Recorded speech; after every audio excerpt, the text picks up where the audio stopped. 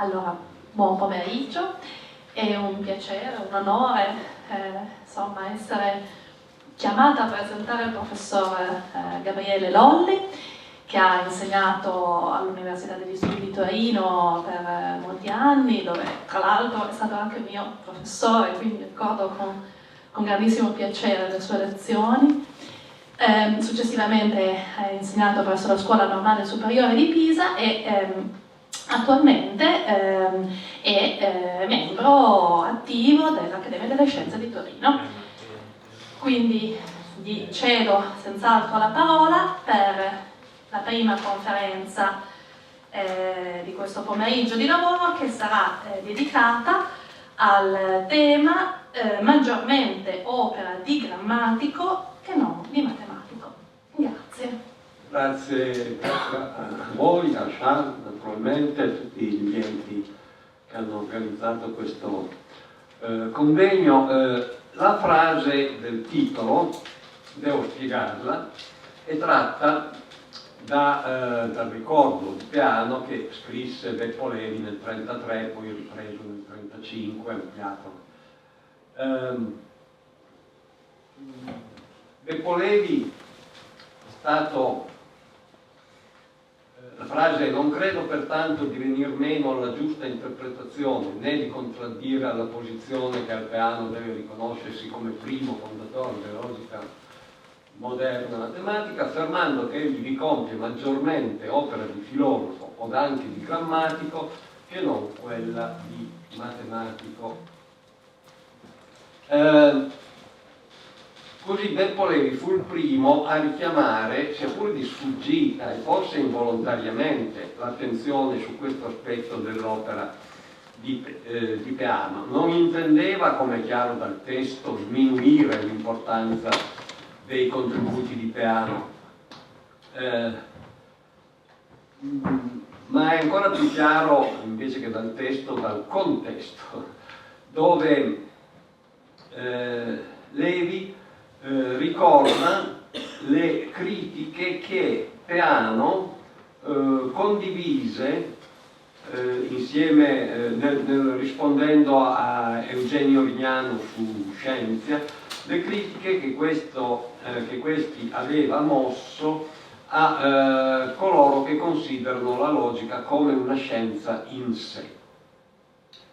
E tuttavia, escludendo Peano, coloro che considerano la logica matematica come uno strumento utile per risolvere questioni matematiche resistenti ai metodi comuni. Posizione di Peano su questo argomento che abbiamo sfiorato già altre volte e non è chiarissima. Da una parte non ritiene la logica una scienza in sé, dall'altra parte, come vedete, sostiene che le persone che cita sono naturalmente Russell, Couturat, Huntington, Moore, Pieri e altri italiani che vogliono usare questo strumento per risolvere matematiche resistenti ai metodi comuni. Qui in realtà Beppo Levi educatamente dissente da Peano, perché per lui la logica poteva essere solo mezzo di esatta esposizione e non di ricerca. Comunque nel richiamare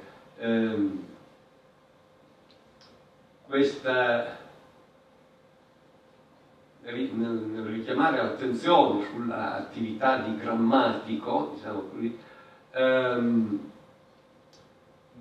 Beppo Levi ci ha proprio puntato i riflettori su una intensa attività che esamineremo nel campo della comunicazione, dell'informazione, della linguistica e che mettono in evidenza un filo conduttore coerente e rappresentano in realtà un impressionante segnale della sua modernità. Si è parlato nei giorni scorsi del problema di decidere se in Peano c'è logica, ideografia o stenografia. In realtà ci sono tutte e tre, ma non mescolate in modo confuso. Quando una cosa serve, lui la fa secondo i canoni di quella disciplina, e lo vedremo. Ci potrebbe essere una obiezione a priori a considerare questi aspetti linguistici dell'opera di Peano, una obiezione che deriva dal famoso mirabile esempio di Richard, e cioè, ricordate, la frase con cui Peano concluse la sua analisi dell'antinomia di Richard, dicendo che esempio di Richard non pertine ad matematica sed ad linguistica, interpretata spesso come una svalutazione della seconda e un invito a non interessarsene. Ora, Peano fa questa affermazione dopo essersene interessato a lungo e in profondità. In realtà è molto interessante soffermarsi un momento su questa parte, l'analisi dell'antinomia di Richard fatta da Peano nel 1906,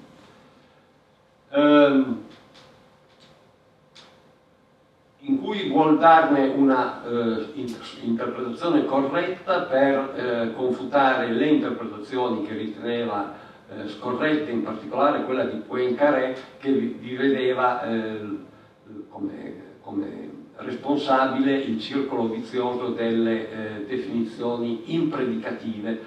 Ora, secondo Peano, l'idea di rifiuto in Poincaré delle definizioni impredicative lo portava il Poincaré, se coerente, a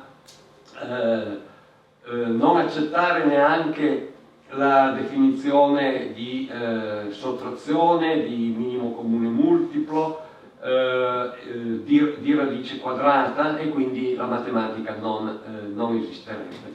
Allora l'analisi che fa Peano è la seguente. L'antinomia di Richard consiste nel partire da un insieme E, l'insieme di tutti i numeri reali definibili con parole della lingua comune, poi diagonalizzare e ottenere un numero che è definito con parole della lingua comune e della lettera E. Ma la lettera E non è una parola della lingua comune, è un qualcosa di definito che però la cui definizione si può sciogliere e andare a vedere dov'è che veramente si incontra un ostacolo. A questo punto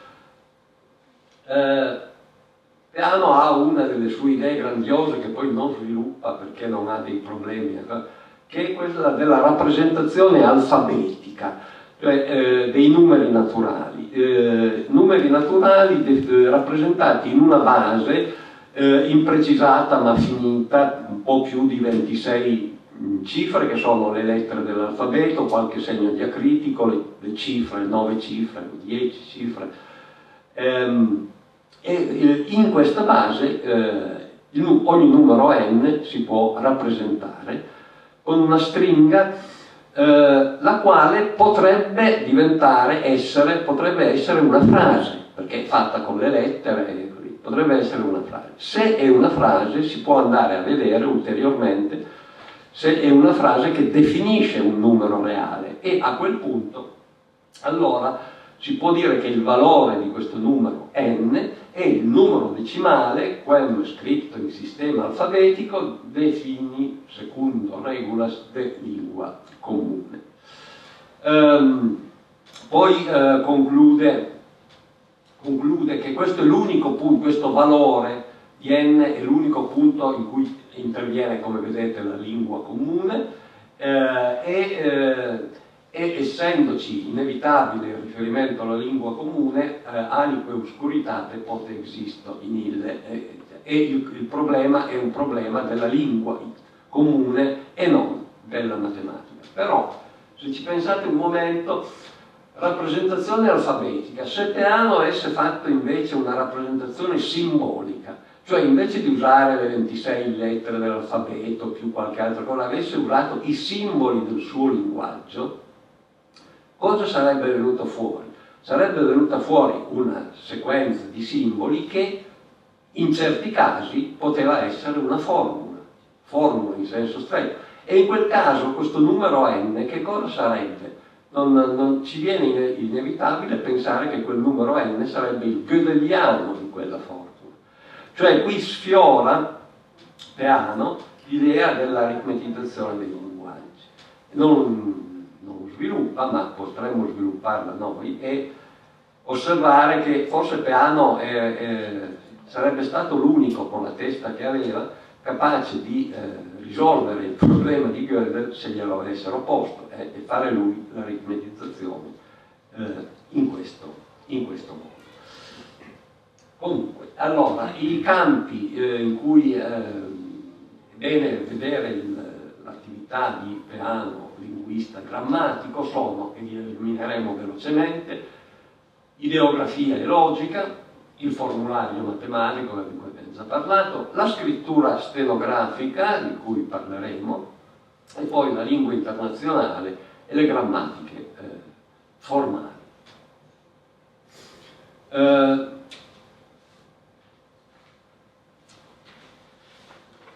Il primo punto è il linguaggio logico, è ben noto, però è bene ripassare le tappe fondamentali. Si comincia nell'88 con le operazioni della logica deduttiva premesse al calcolo geometrico, dove c'è una novità importante che è il simbolo indicato dai due punti che rappresenta in quel modo la classe degli x per cui è vera la alfa. Il segno due punti si potrà leggere, dice, per cui. E osserva Peano che le analogie o i casi di coincidenza tra formule che sono formule sulle proposizioni, del calcolo proposizionale e formule che riguardano le classi sono state notate da molti, ma in modo casuale ed episodico. Invece, in questo modo, introducendo questo segno, i due campi vengono a coincidere senza problemi e senza ambiguità. E questo è già un passaggio. Poi di nuovo non c'è molto, ci sono leggi logiche prese dalla tradizione dell'algebra della logica, i nomi li citeremo poi una volta sola, tutti quelli a cui fa riferimento Peano. La seconda tappa è nell'89, gli Arithmetices Principia, dove interviene il simbolo di appartenenza epsilon, ma non solo interviene il simbolo di appartenenza epsilon, ma anche il fatto che questo simbolo è l'opposto di quello precedente, che non viene più indicato con i due punti, ma è sostituito dal simbolo che vedete, quell'egitur e a x quibus alfa, cioè l'appartenenza e l'astrazione di classe sono due operazioni l'una opposta dell'altra.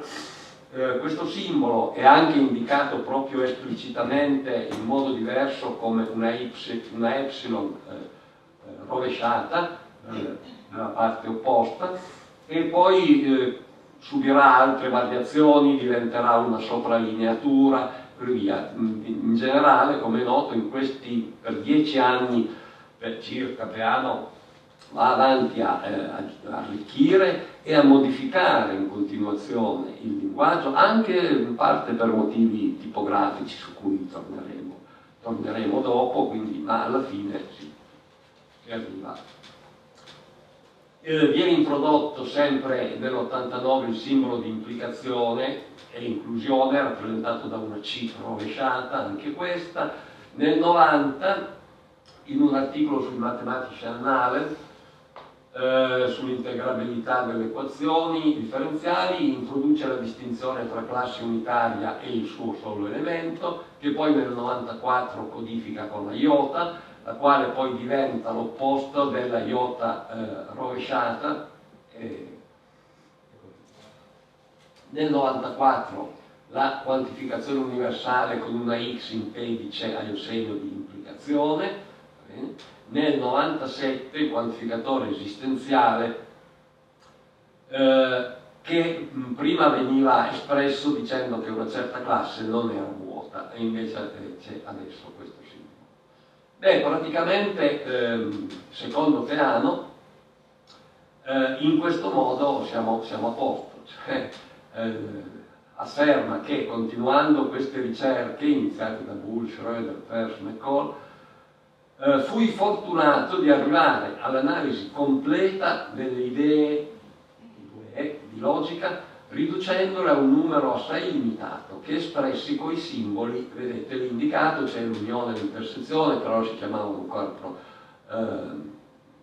prodotto e addizione, poi Padova introdusse i termini unione e intersezione, la classe vuota,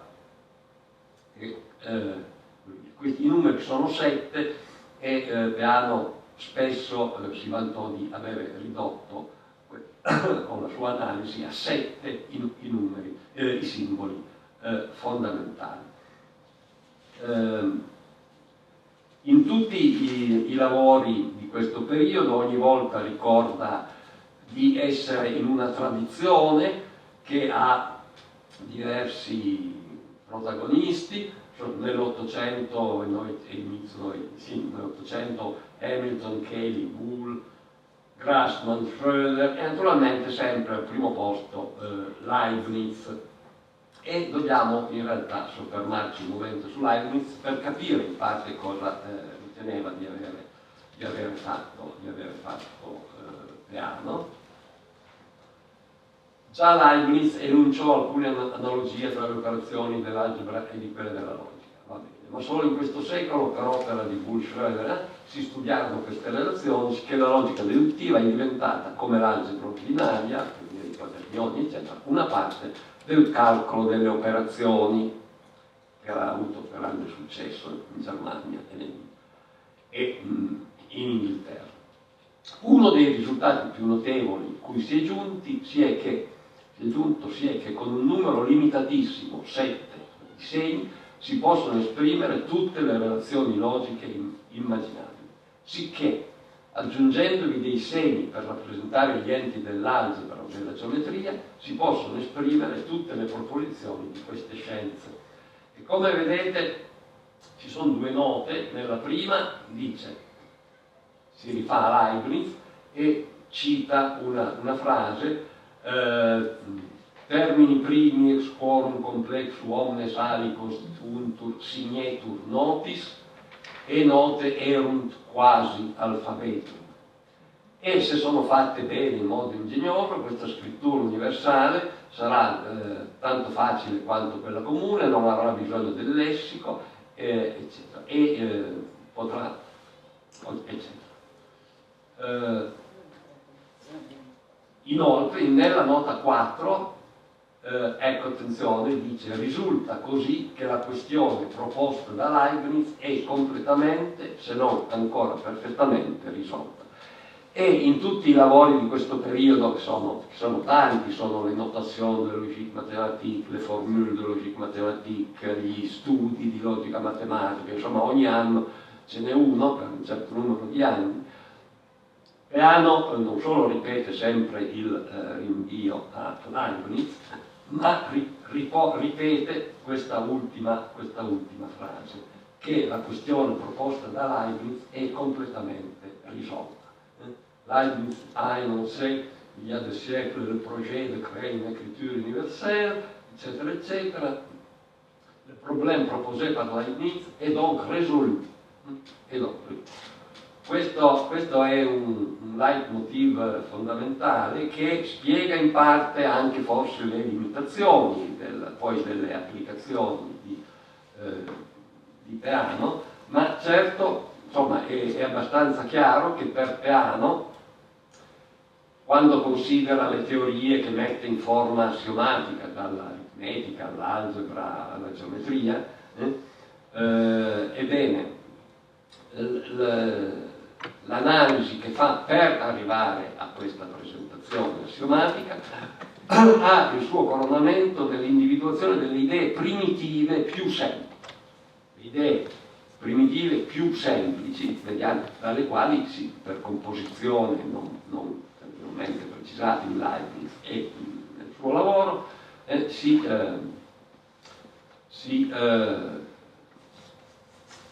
sono alla base di un dominio di pensiero, e i simboli assegnati a quelle idee funzionano come un alfabeto della mente, purificato da ogni disturbo intuitivo e sensibile. Lo sviluppo della teoria a partire da quelle idee nel linguaggio simbolico, in stretta aderenza alle regole logiche, rappresenta l'espressione più pura, precisa e definitiva del pensiero matematico. Non mi soffermo ulteriormente su questo aspetto logico e passiamo al formulario, perché appena Peano ha a disposizione uno strumento, lo vuole usare, e lo strumento, e poi non solo, se lo strumento è realizzabile tecnologicamente, come vedremo più avanti, lo realizza. Appena ebbe a disposizione questo strumento del linguaggio logico, soprattutto dal punto di vista della concisione, della sistematicità della scrittura che è resa possibile, inducono Peano a concepire un ambizioso progetto, ambizioso e titanico progetto di enciclopedia. Rientra questo nella storia delle enciclopedie. In fondo anche un po' più avanti l'opera di Bourbaki è un'enciclopedia della matematica intorno al concetto di struttura. Quella di Peano è più ottocentesca come idea di enciclopedia. Ci vengono in mente anche i nomi di più vari Pichet, per dire, cioè ci sono anche degli aspetti di questo genere. Tuttavia, l'idea che viene a Peano è questa, che ora una società di matematici pubblica un formulario che si propone di contenere tutte le proposizioni conosciute su certi argomenti di matematica. Questo formulario, scritto interamente in simboli, pubblicato alla rivista di matematica, sono già apparse le formule di logica, di algebra elementare, di aritmetica, di teoria delle grandezze, degli insiemi di punti, e sono in stampa le teorie dei limiti, delle serie, delle funzioni continue, delle derivate. Qui siamo nel 94. Vede in questo progetto anche la soluzione di un problema pratico che per lui sono sempre importanti, e cioè osserva che la produzione matematica oggi è enorme, centinaia di riviste periodiche, di nuovi libri scritti in tutte le lingue formano ogni anno delle intere biblioteche.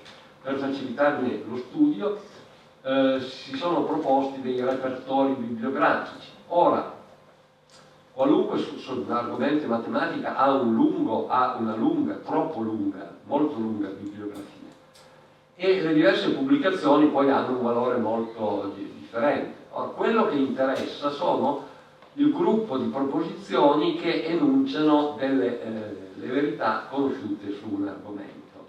Ridotte in simboli, queste occupano probabilmente meno posto della bibliografia sull'argomento. E poi l'interesse storico si conserva se ogni proposizione è accompagnata dal nome dell'autore.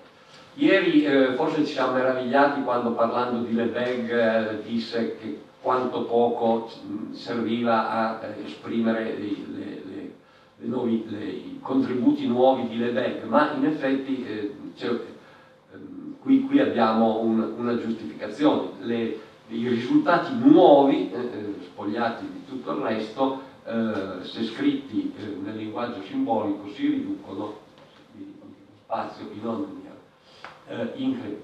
Bene, allora adesso è possibile pubblicare questo formulario, che contiene tutti i metodi, tutte le dimostrazioni, tutte le proposizioni conosciute. Scritte in simboli occupano poco spazio, molto meno di quello che si crederebbe. Supponiamo che sia terminato. Si vuole studiare un argomento? Bene, si apre il formulario al posto giusto, perché si possono ordinare gli argomenti secondo i segni che li compongono, come si ordinano in un dizionario le parole secondo le lettere che le costituiscono. E si troverà in poche pagine, si troveranno tutte le verità conosciute su questo argomento, con le loro dimostrazioni e indicazioni storiche. Ecco, in effetti ricordiamo che cioè l'analisi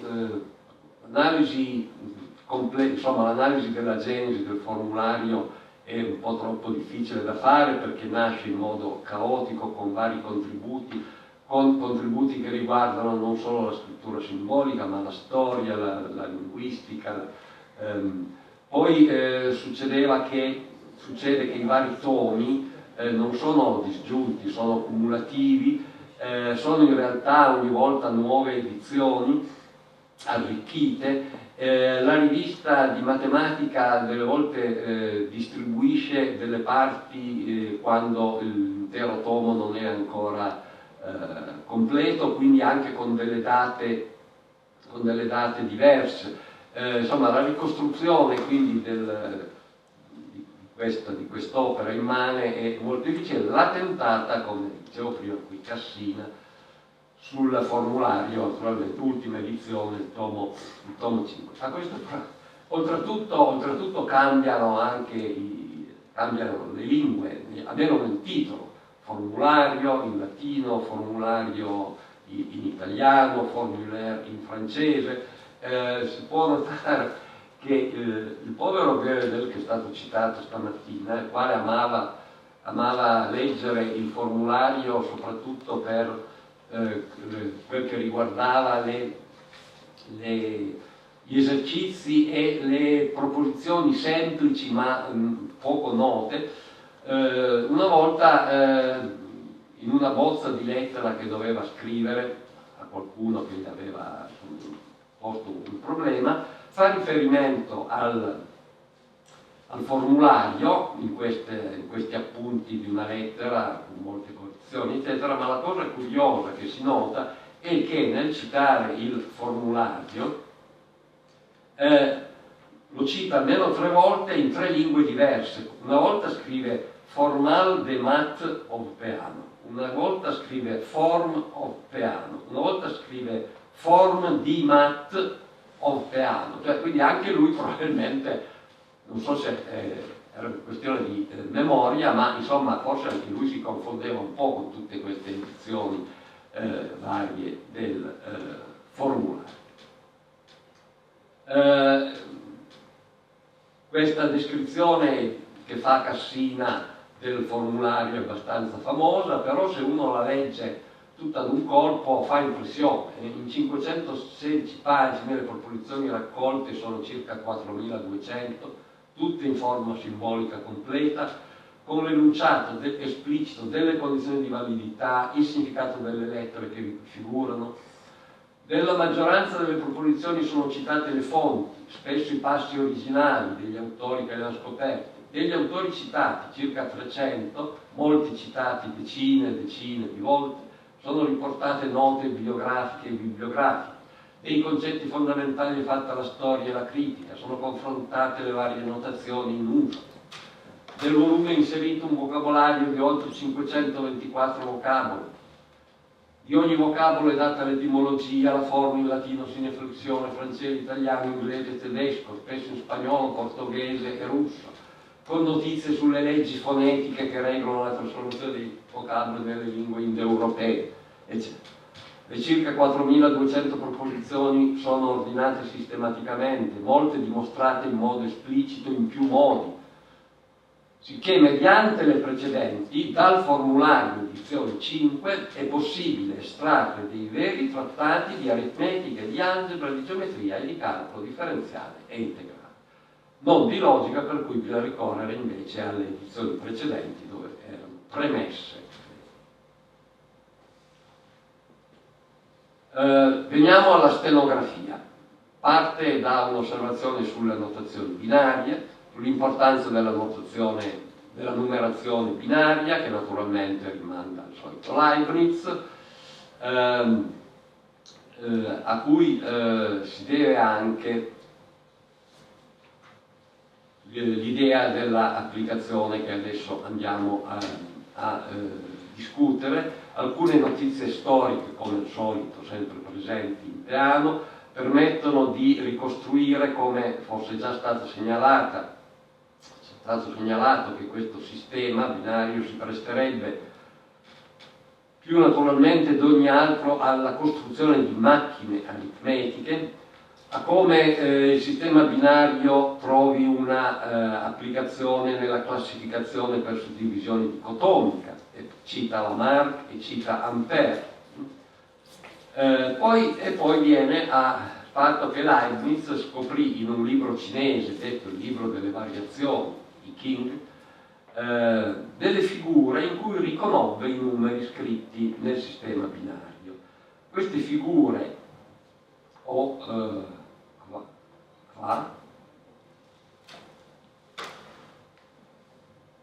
spettano a Fui, il fondatore della scrittura in civiltà cinese, in un'epoca semistorica di circa 5.000 anni fa.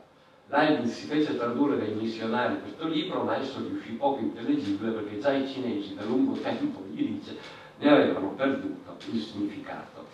Dice anche che il libro delle variazioni ebbe molte, dice Peano, traslazioni in Occidente, ma secondo Peano i vari commentatori non sono d'accordo. L'unica cosa su cui che pare chiaro è che è una classificazione binaria delle idee fatta con criteri non ben noti a noi.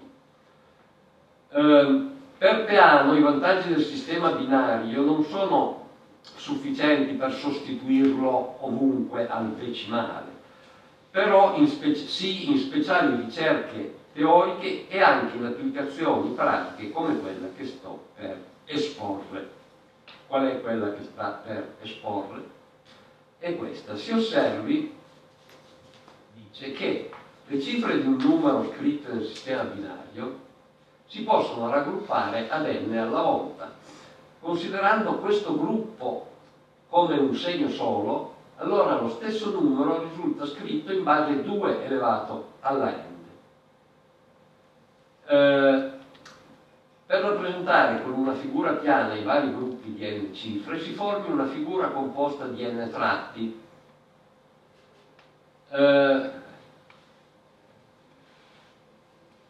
Sarà questa qui, che però vediamo la citazione. Ognuno di questi tratti rappresenti una determinata unità binaria.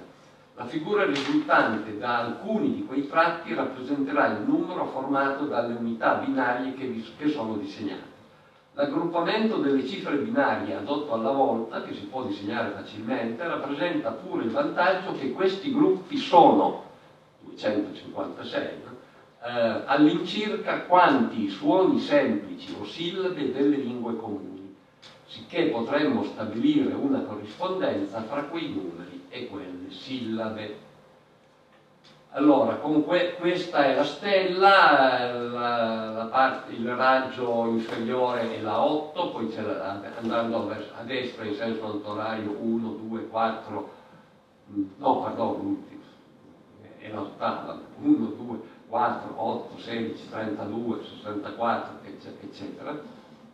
Per esempio, se io prendo quelle due, rappresento 1 e 4, 1 più 4, 5. Se prendo queste tre ho 1 più 4 più 32, 37. E così ho tutti, ho 200, contando anche lo 0, 256 numeri.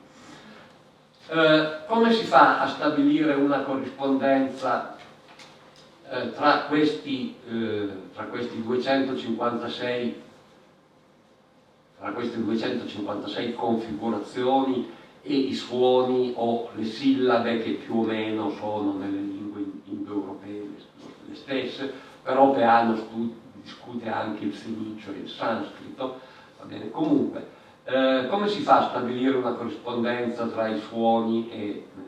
Per esempio, dunque abbiamo 8 unità binarie, allora 3 le propone di usarlo per le consonanti mute, una per distinguere se la consonante è dura o molle.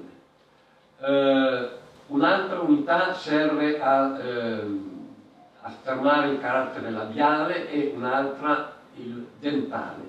Poi con 3 unità successive si trattano le vocali I, A, U e le altre si ottengono con i dittonghi A, U, A, I. Con le ultime 2 unità si rappresentano le semivocali trillata o nasale. E poi naturalmente questa è solo un'indicazione di massima, però lui passa a discutere un po' più dettagliatamente l'italiano e conclude: queste convenzioni bastano per scrivere la lingua italiana. Si sono costrutti dei segni per rappresentare i suoni di questa lingua, come appunto si fa in stenografia, e non già dei segni per rappresentare i segni dell'alfabeto. Per scrivere i segni della scrittura binaria sulla carta, la penna riesce incomoda.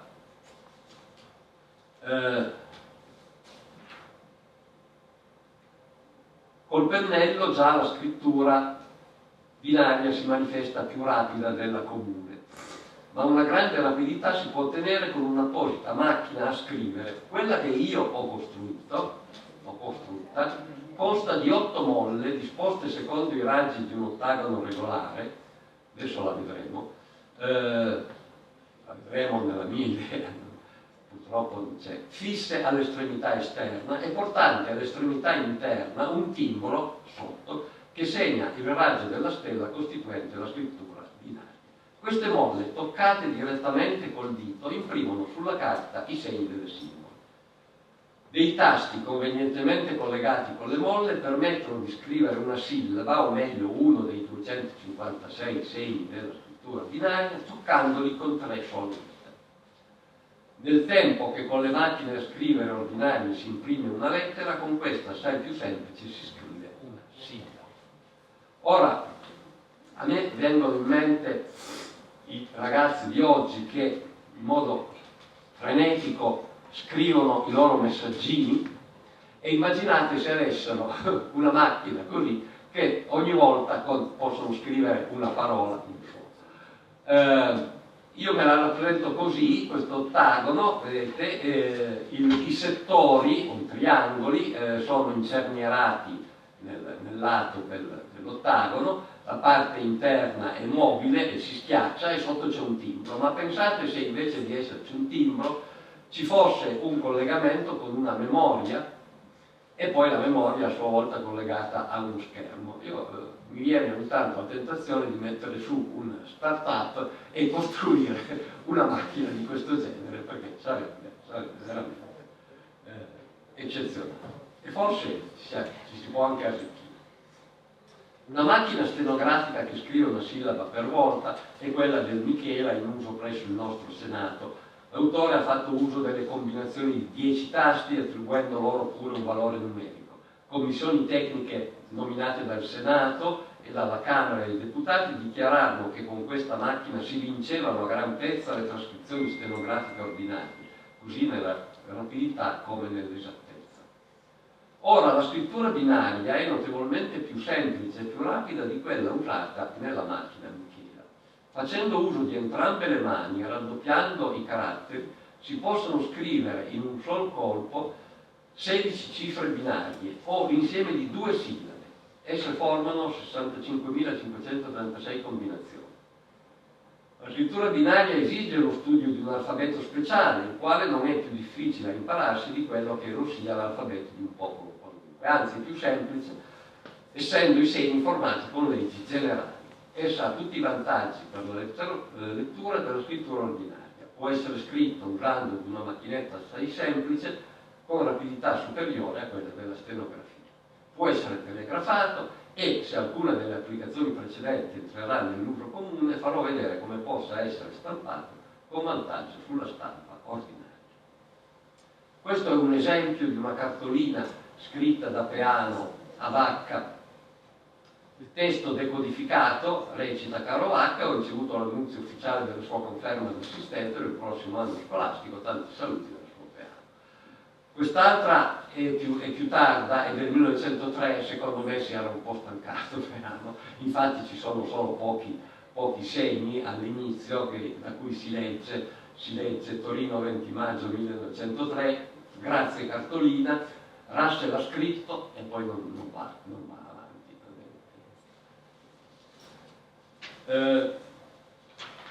Questa era la stenografia. Ci sarebbe da parlare anche di un altro aspetto, quello di tipografo di Peano. Sapete che per la rivista di matematica a un certo punto lui recuperò parte della tipografia di Fadi Bruno e si interessò attivamente ai problemi della tipografia, e anzi lui stesso stampò, insomma fece il lavoro di tipografo, e ha scritto dei lavori anche per descrivere vari problemi.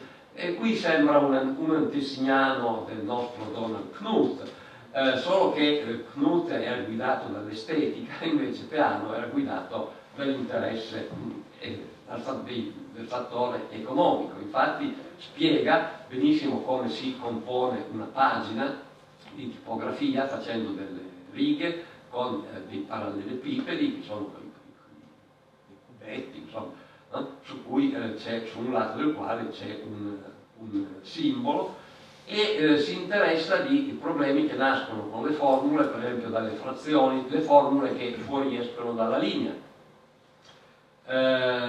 Perché, per esempio, se c'è una frazione in una riga, in realtà si deve usare tre righe,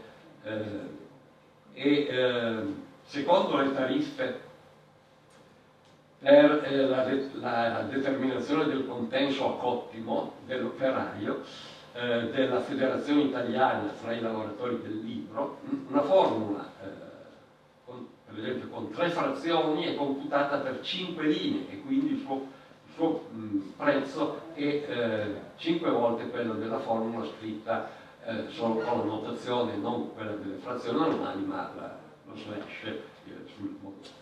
Gli esponenti sono un altro problema, perché di solito devono essere più piccoli, allora gli esponenti o gli apici si fanno in corpo minore, sono comunque una riga in più, ma si fanno in corpo minore, e questo corpo, se è un parallelepipedo di un corpo minore, non si può incastrare, bisogna mettere dei fermi, e questa operazione si chiama riporto o parangonare.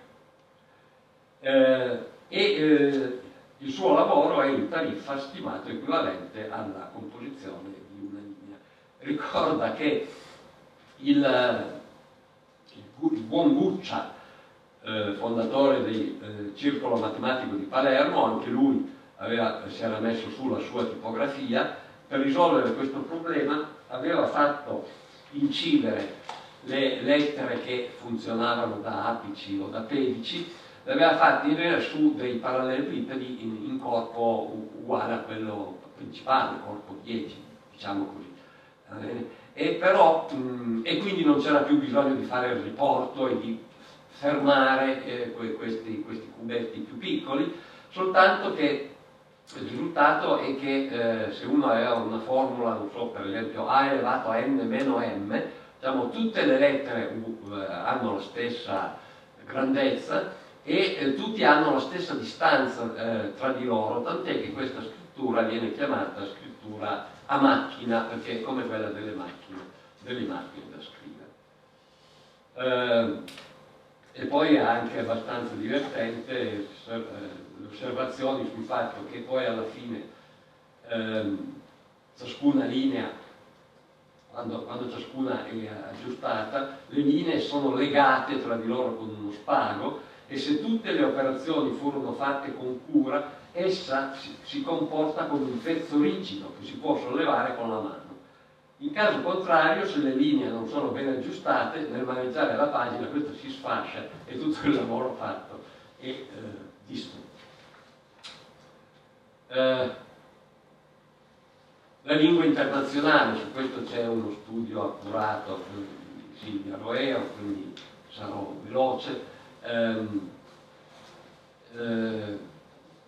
Peano scrive all'inizio in latino, salvo che quel titolo del lavoro dell'89 è un po' strano, perché quell'Arithmetices Principia, Arithmetices sembra greco, ma comunque quello è scritto ancora in latino. Ma poi nel 1903 inventa il latino sineflexione, che vuol dire senza declinazioni, senza casi, il divertente, perché Peano era anche spiritoso nelle sue scritture, il divertente è che questo articolo comincia in latino e man mano che descrive le semplificazioni che si possono introdurre le applica e quindi via via che va avanti il latino che usa è sempre più semplice, perché alla fine è diventato il latino sineflexione.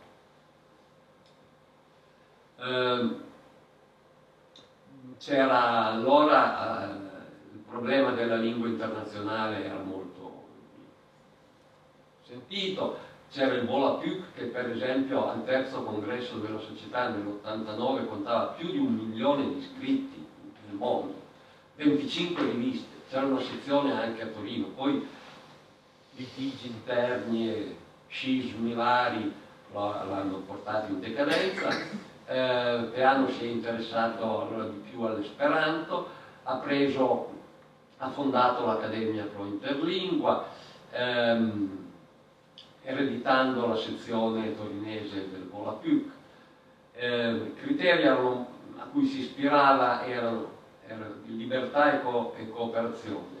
Non si devono prendere decisioni per autorità, ma favorire la formazione culturale di una lingua, con 2 criteri: grammatica ridotta all'essenziale, lessico con parole più usate in tutte le lingue europee.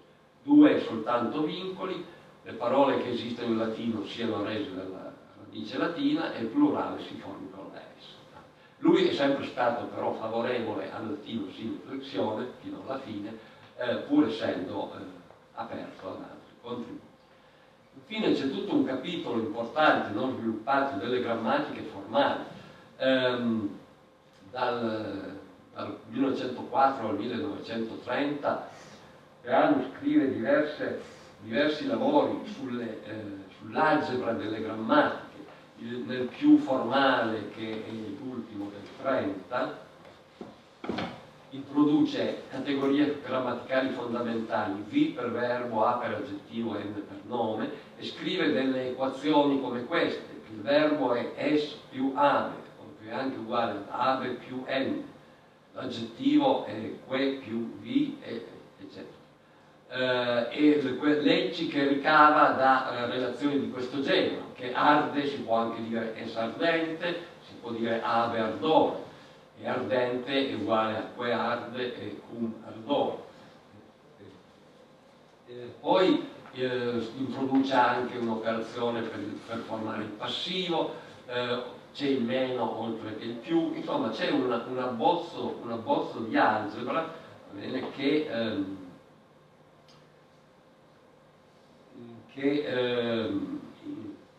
in cui individua anche dei nuovi operatori, per esempio nome meno verbo più il passivo è uguale a tione. Comunque, simbolo precedente costitue calcolo de grammatica simile ad algebra de matematica. I tempi non erano ovviamente maturi, mi sembra che solo nel dopoguerra, con Harris, prima Chomsky ancora, si è arrivati a queste cose. Tuttavia, per Peano, a differenza dell'ideografia logica, il calcolo super VAN vale in generale pro lingue d'Europa, sed è solo formale, non opera super ideas, perché invece i simboli logici, ricordate Leibniz, eccetera, quelli operano sulle idee. e quindi, essendo solo formali e non riferendosi alle idee, non vale in omne lingua. Questo è forse il motivo per cui non si è dedicato con maggiore impegno a questo studio, oppure semplicemente alla fine anche lui ha dovuto fare la solita affermazione che non ho più tempo e ha dovuto finire il suo contributo. Ecco, questa era una rassegna dei campi in cui Peano, come vedete, penso in un modo sistematico e con un progetto generale riguardante, come ho detto prima, l'informazione, la comunicazione e l'informazione sia nel senso di trovarla, sia nel senso di immagazzinarla, ecco. E poi appunto di comunicarle con tutti i metodi possibili, incluse anche queste macchine stenografiche. Quindi c'è una certa coerenza in tutta questa sua attività che credo si debba riconoscere. Grazie.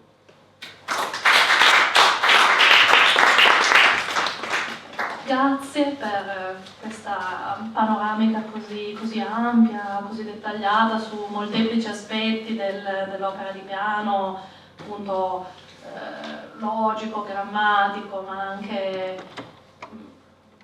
come dire, con una sensibilità particolare per le macchine, non solo matematiche, anche stenografiche. Se ci sono domande puntuali sulla conferenza del professor Lolli sono le benvenute, altrimenti direi che posticipiamo la discussione generale della conferenza, così come è stato fatto stamattina, al termine del pomeriggio.